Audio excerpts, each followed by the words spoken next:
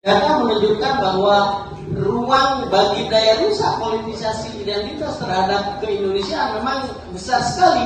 Ada kelompok beragama di Indonesia yang dia membangun narasi tentang ketidakadilan.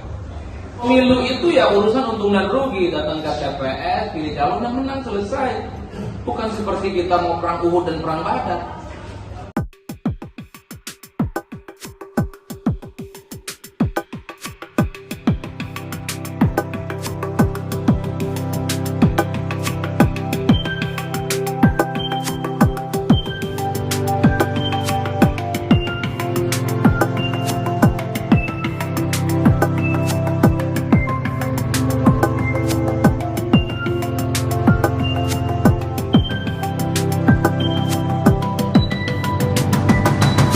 Data menunjukkan bahwa ruang bagi daya rusak politisasi identitas terhadap keindonesiaan memang besar sekali.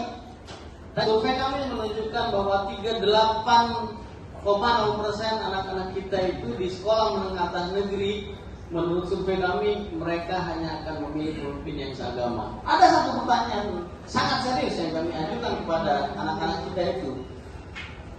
Ketika kami tanya mereka, apakah responden itu merasa bahwa agama mereka itu dizalimi oleh pemerintah? Ternyata 58% dari mereka setuju bahwa mereka itu merasa dizalimi.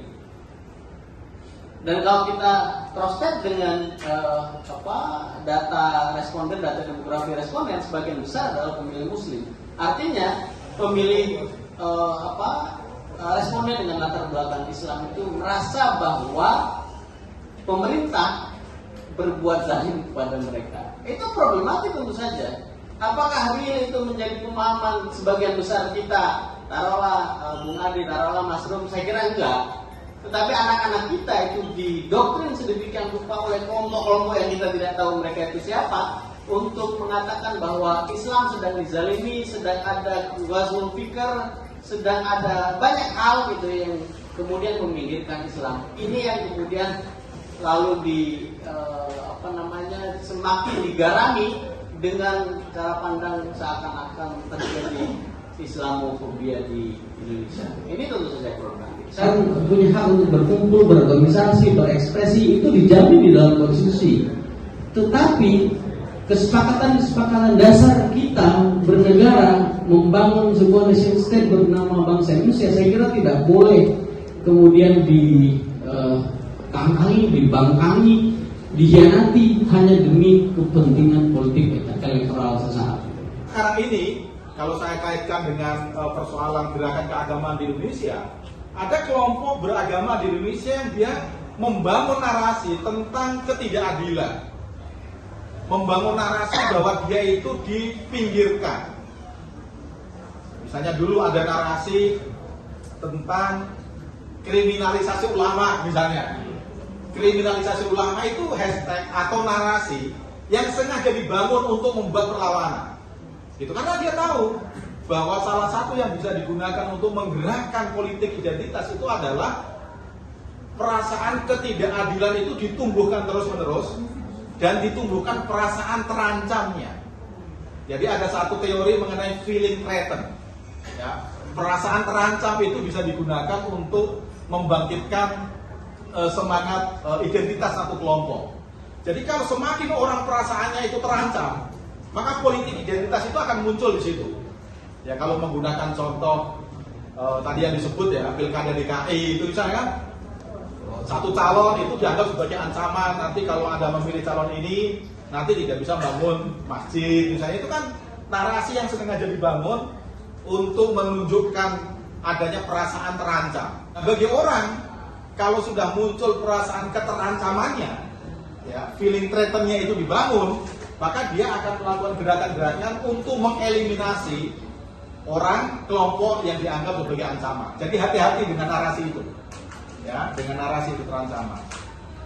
Nah, ada juga misalnya akademisi yang memberikan penjelasan politik identitas tidak menggunakan ini, tidak menggunakan teori modernisasi, tidak menggunakan teori ketidakadilan, tidak menggunakan teori konflik dan dominasi, tapi dia menggunakan teori media sosial. Jadi kalau sekarang orang itu terbentuk dalam politik identitas itu karena media sosial itu membawa konsekuensi di mana orang itu dibentuk dengan menggunakan algoritmanya. Ada echo chamber di situ.